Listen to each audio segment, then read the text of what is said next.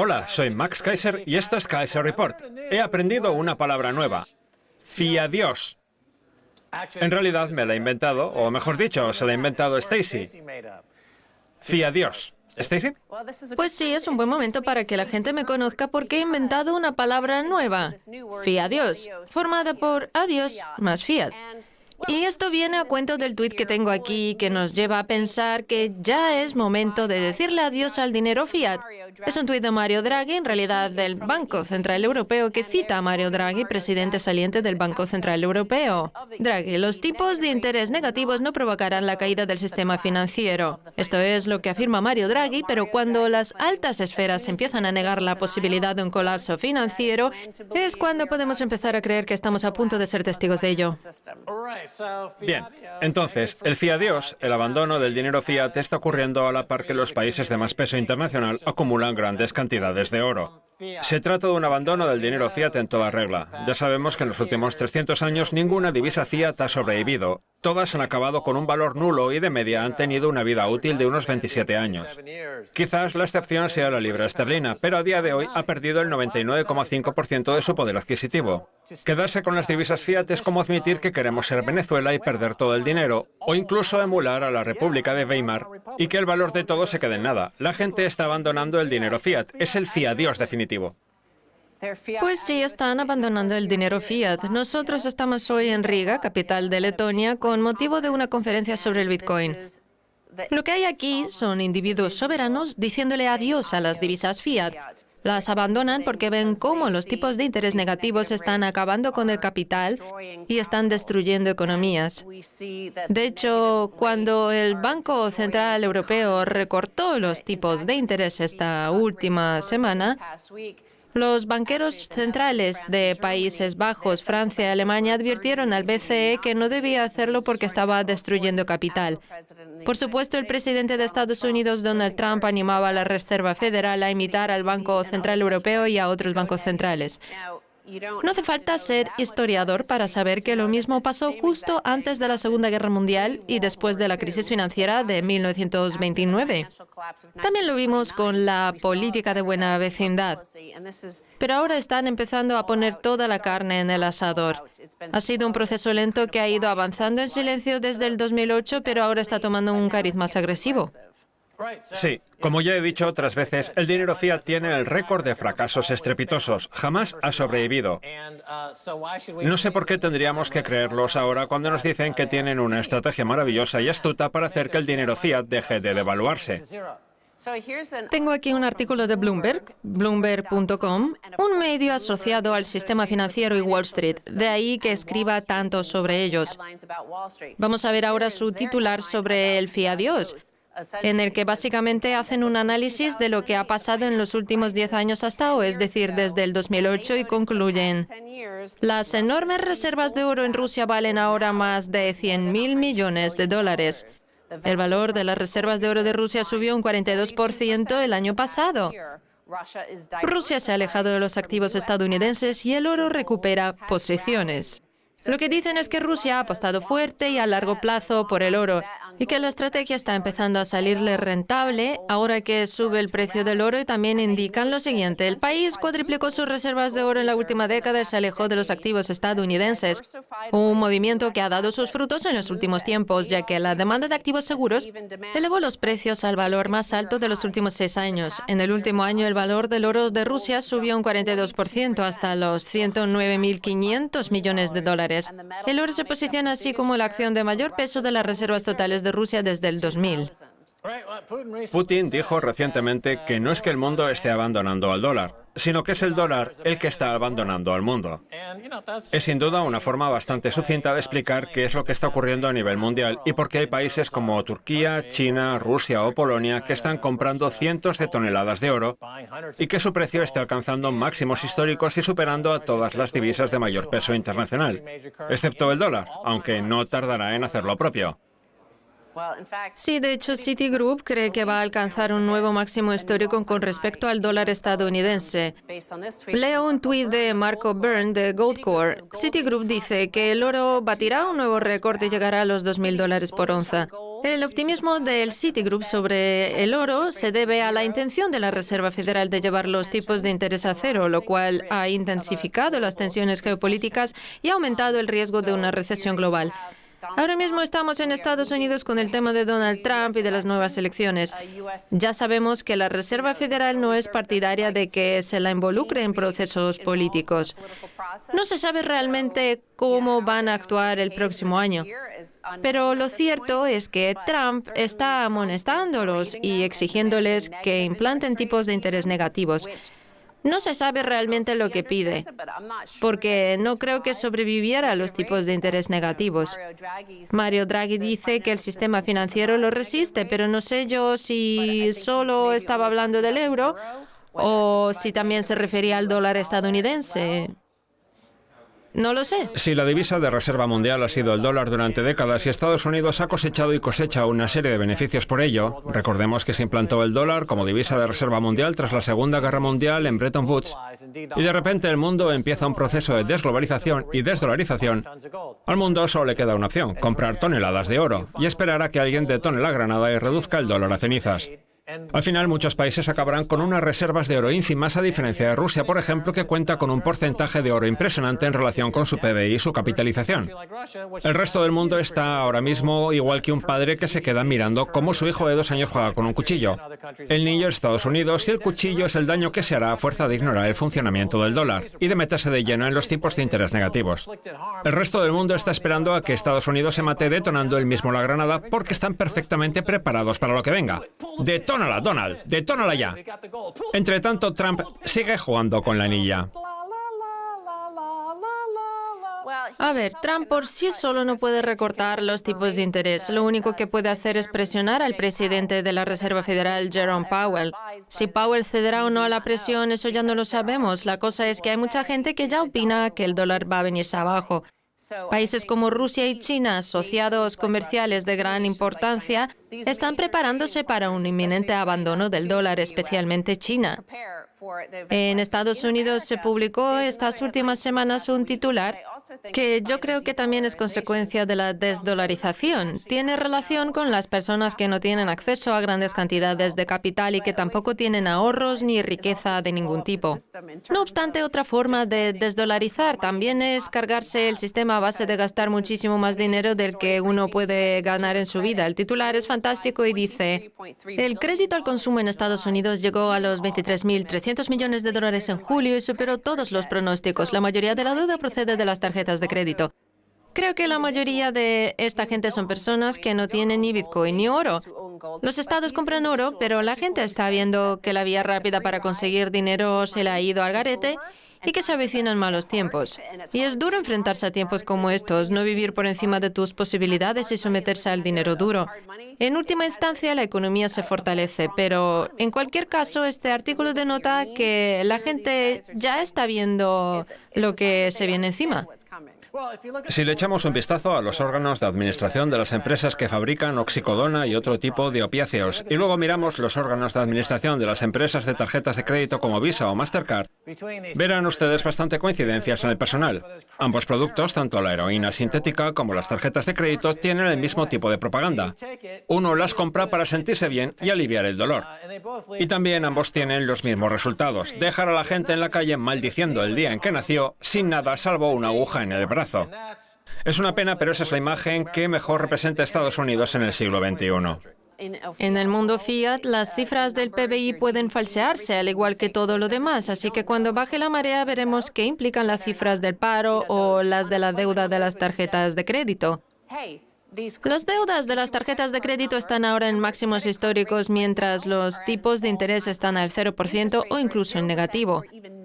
Como ya hemos dicho, han implantado tipos de interés negativos en Europa. Y repito, en Estados Unidos la deuda de las tarjetas de crédito, del crédito al consumidor, ha alcanzado máximos históricos. A pesar de eso, los consumidores han aumentado dicha deuda, así que tenemos dos opciones: o confían plenamente en que sus ingresos, su trabajo o su futuro van a seguir yendo viento en popa y podrán saldar la deuda, o están desesperados y ni siquiera tienen recursos para sobrevivir el día siguiente sin tirar de deudas.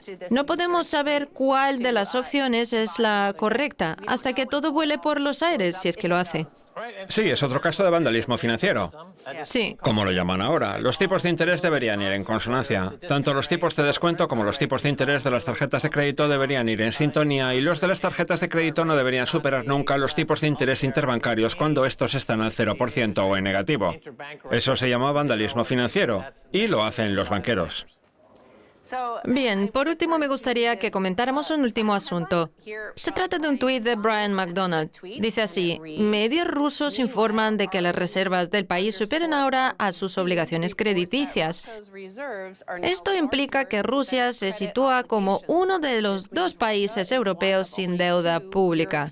El otro es Noruega. Evidentemente, también se trata de dos grandes del petróleo.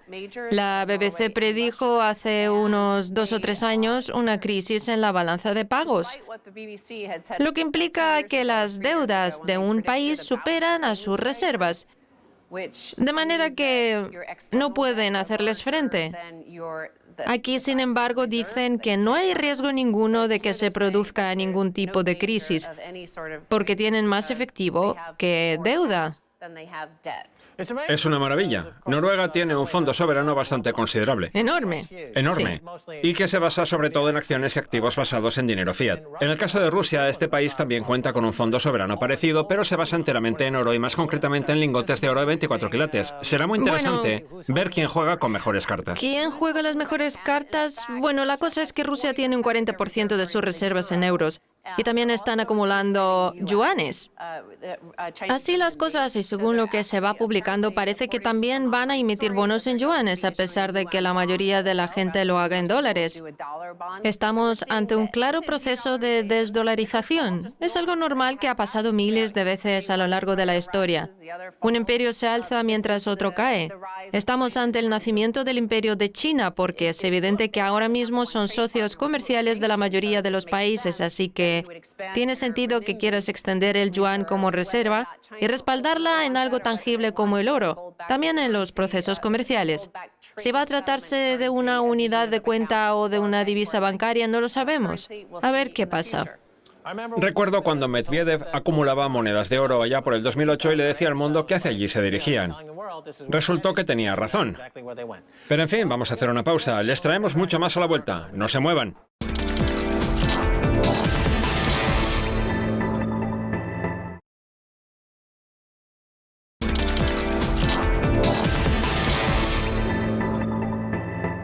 Bienvenidos de nuevo a Kaiser Report, soy Max Kaiser. Es hora de hablar con Francis Pouliot, director de Bull Bitcoin, una empresa de bitcoins canadiense. Bienvenido, Francis. Gracias, Max, un placer. Es una maravilla tenerlo con nosotros. Lo hemos seguido durante años y usted nos ha seguido durante años, todo como resultado de la gran atmósfera que se crea en torno al Bitcoin. Usted forma parte fundamental de esta criptodivisa en territorio canadiense y hoy me gustaría hacerle unas cuantas preguntas al respecto. Lleva metido en esto del Bitcoin desde el 2013. ¿Cuáles cree que han sido los acontecimientos más destacables de los últimos 6 años? Creo que una de las cosas más destacables ha sido cómo la comunidad y el sector del Bitcoin ha respondido a los retos que nos ha planteado esta tecnología emergente. Un gran ejemplo de ello fue el primer hackeo de bitcoins, el hackeo de Mt. Gox del 2014. El hackeo de Mt. Gox del 2014. ¿Cómo olvidarlo? Pues sí, se perdió una cantidad brutal de bitcoins y la comunidad respondió de dos formas diferentes. La primera fue percatarse de que la gente debía tener el derecho a contar con la custodia de sus propias claves privadas de Bitcoin y desde entonces se convirtió en una premisa indispensable y lo hemos mantenido hasta nuestros días. Si uno no tiene las claves, no tiene los bitcoins. Es tan simple como eso. No es un requisito que antes fuera común o parte de nuestra política. Y después del hackeo del 2014, se propusieron muchísimas soluciones. Desde multifirmas a carteras hardware. Otro buen ejemplo que ilustra el carácter antifraude de nuestra comunidad, sobre todo en periodos de crisis, es el de las bifurcaciones del Bitcoin, como vienen a ser la del Bitcoin XT, la del Bitcoin Unlimited, la del Bitcoin Cash, la del Bitcoin SV. Como resultado de todos esos episodios de tensión, drama y conflicto, el Bitcoin empezó a lanzar sus propios nodos y surgieron plataformas como Ethos. Así pasamos a tener un Bitcoin que contaba con claves privadas y nodos propios. A partir de eso se han desarrollado multitud de servicios y productos para cubrir las necesidades de este nuevo mercado que se creó en torno al Bitcoin. Muchos de estos nodos físicos los conocemos, casa, hodl, etc. También sacaron el proyecto BTC Pay, que eliminaba la dependencia de los nodos de un tercero. Otras iniciativas parecidas son la de mi propio proyecto, el nodo Cypher, o el de Pierre Richard. Creo que lo más increíble del Bitcoin es que es como un organismo vivo que evoluciona y tan pronto como hay alarmas de que ocurre algo que lo perjudica, la comunidad al completo reacciona y salen soluciones que convierten al Bitcoin en una red más fuerte y resistente que antes de que surgiera el problema. Sí, se trata de un organismo vivo. Alguien dijo alguna vez que la similitud que guarda con los organismos vivos se aplica a todos los ecosistemas existentes en la naturaleza. Y esa afirmación que hizo alguien, que perfectamente podría ser yo, es que no es la persona la que cambia el Bitcoin, sino que es el Bitcoin el que cambia a la persona. Exactamente. ¿Qué piensa de eso? Pues que coincido al 100%. Yo ni siquiera recuerdo quién era antes de que apareciera el Bitcoin. Es como empezar de nuevo, como... Es como la teoría de juegos, Sí. metida en su cabeza y en la mía y en la mente colectiva. ¿Podría explicarnos cómo se vive y qué significa para usted? Uno de los principales cambios que veo en la gente es el tema de la preferencia temporal, de su horizonte temporal. Todas empiezan a preocuparse en mayor medida por el futuro, a pensar en sus hijos y en soluciones a largo plazo. Empiezan a pensar en el legado que dejarán atrás y en cómo será el mundo cuando ellos no estén. La idea de que con el Bitcoin se puede acumular riqueza durante un periodo de tiempo realmente extenso nos lleva a pensar en el futuro. A lo largo de la historia, los gobiernos han intentado deshacerse de la población emitiendo moneda, por ejemplo, y con pan y circo, como decían en el Imperio Romano. Sí. Y a lo largo de la historia jamás se ha creado una divisa digital, ni dinero duro, ni dinero mercancía exclusivamente disponible para el individuo. Las notas de Satoshi Nakamoto indican que al principio hubo un tiempo en el que teníamos miedo de que la velocidad hash se acelerara y se prefería que se estuviera quietecita, básicamente para no llamar mucho la atención. Ahora la velocidad hash está ya en los 100 trillones de hash por segundo. ¿Cree que estamos ya fuera del alcance de los posibles ataques de cualquier gobierno o de un grupo de gobiernos? A ver, creo que es mucho más difícil que nos ataquen que hace unos años, pero lo último que deberíamos hacer es dormirnos en los laureles y confiarnos creyendo que hemos ganado la batalla. En este caso no debemos olvidar que el Banco de Pagos Internacional o el Fondo Monetario Internacional, además de todos los bancos centrales, agencias del gobierno y grandes bancos como JP Morgan, son responsables de la estafa Ponzi y de la centralización. No son gente que vaya a quedarse en casa y decir, vaya, pues hemos perdido, nos ha ganado el Bitcoin, ¿qué le vamos a hacer?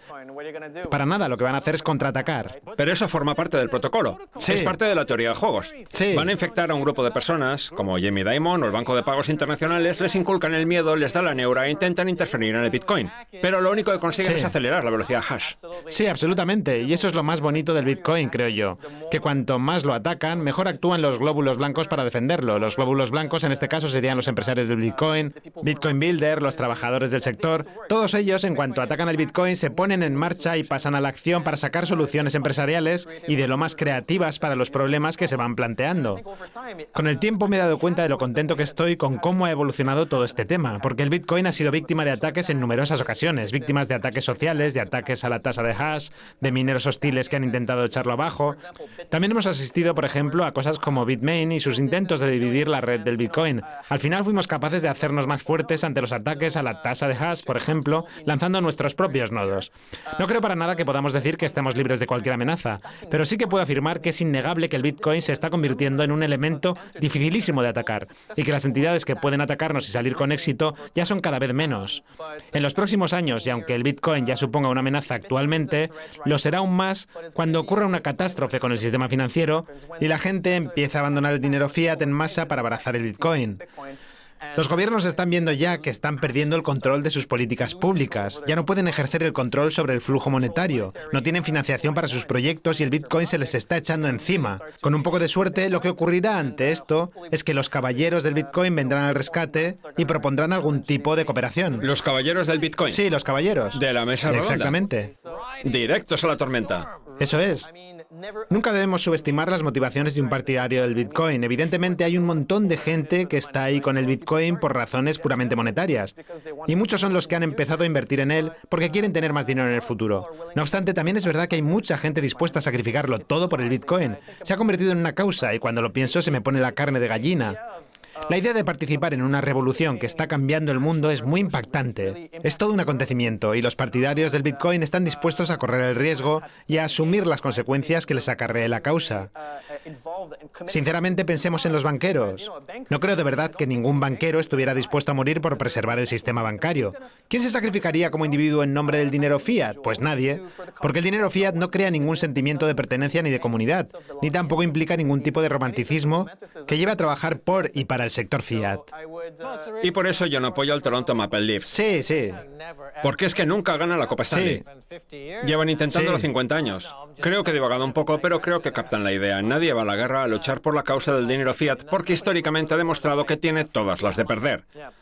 Todas las divisas fiat que se han creado a lo largo de la historia han visto reducirse a cero su valor. El Bitcoin tiene alma, a diferencia del sistema fiat. Pues sí. Y dígame, ¿cómo están los ánimos en Canadá en lo que se refiere al gobierno y al sentimiento general de la gente? ¿Cómo están las cosas por ahí? Sí, a ver, Canadá es un sitio muy especial. Para empezar, hay muchísimos partidarios del Bitcoin por allí. Según las últimas 5 encuestas gubernamentales que he visto llevadas a cabo por el Banco Central y la Comisión de Valores de Ontario, entre el 4 y el 5% de los canadienses poseen bitcoins. Así que podemos decir que hay bastantes propietarios de bitcoins en Canadá. También influye el hecho de que contemos con unas regulaciones bastante buenas. El gobierno lleva 5 años trabajando en las regulaciones KYC y las acaban de aprobar y oficializar hace muy poco. No esperamos que haya más acontecimientos de este tipo en los próximos años y no hay leyes que regulen tampoco el Bitcoin ni hacen falta licencias de ningún tipo. Simplemente incluyeron al Bitcoin en la estructura financiera general como lo harían con cualquier otro tipo de divisa y eso es maravilloso. Antes el gobierno de Canadá le aplicaba impuestos a los Bitcoins por partida doble y eso sí que suponía un problema. Ahora lo han eliminado y ya no hay que aplicar ningún tipo de impuestos a ninguna compra que se haga con el Bitcoin a cambio de dinero fiat. En general podemos decir que contamos con una jurisdicción muy decente. En Canadá tenemos muchos recursos que se dedican al sector energético y que han adquirido el Bitcoin como forma de pago, como pueden ser el sector del gas y el petróleo. También podemos usar el excedente de producción eléctrica y energética para minar bitcoins. Lo mismo ocurre en el caso de la energía hidráulica. A menos que den un cambio radical, creo que ahora mismo Canadá va camino de ser un gran país para el Bitcoin en el futuro. Muy bien. Ha mencionado también algunas de las propiedades del Bitcoin. La resistencia a la censura está hoy en día considerada como la más relevante de todas ellas. ¿Está usted de acuerdo? ¿Podría hablarnos un poco del tema? Sí, por supuesto. Creo que la resistencia a la censura es la clave del objetivo que pretende alcanzar el Bitcoin. Los intentos de divisas digitales que lo precedieron, como Liberty Reserve, y un montón de divisas digitales respaldadas en oro que empezaron a surgir a finales de los 90 y principios del siglo XXI, si mal no recuerdo, todas ellas fracasaron estrepitosamente porque todas dependían de una tercera parte a la que se podía censurar. La resistencia a la censura es una pieza clave del Bitcoin y yo diría que determinante. Uno de los ejemplos del mundo del Bitcoin que nos indica que esta afirmación es cierta lo tenemos en Wikileaks. Cuando Wikileaks cerró por culpa de PayPal, resultó que PayPal no era resistente a la censura, así que obviamente los censuraron. Todo lo que pueda ser censurado será censurado en cuanto se desvíe levemente del statu quo y de lo políticamente correcto, como los mensajes que nos llegan de los mandamases de los bancos, del gobierno y de la cultura. Si uno se desvía, lo censuran y ya está. Wikileaks se desvió del camino marcado, lo censuraron, pudo sortear el obstáculo uniéndose al Bitcoin y ahí está. Cuando pienso en por qué me metí en esto del Bitcoin, creo sinceramente que Wikileaks fue uno de los motivos que más me influyó. Para mí este es un gran ejemplo de la resistencia a la censura del Bitcoin, sin la cual carecemos de libertad de expresión y de libertad monetaria.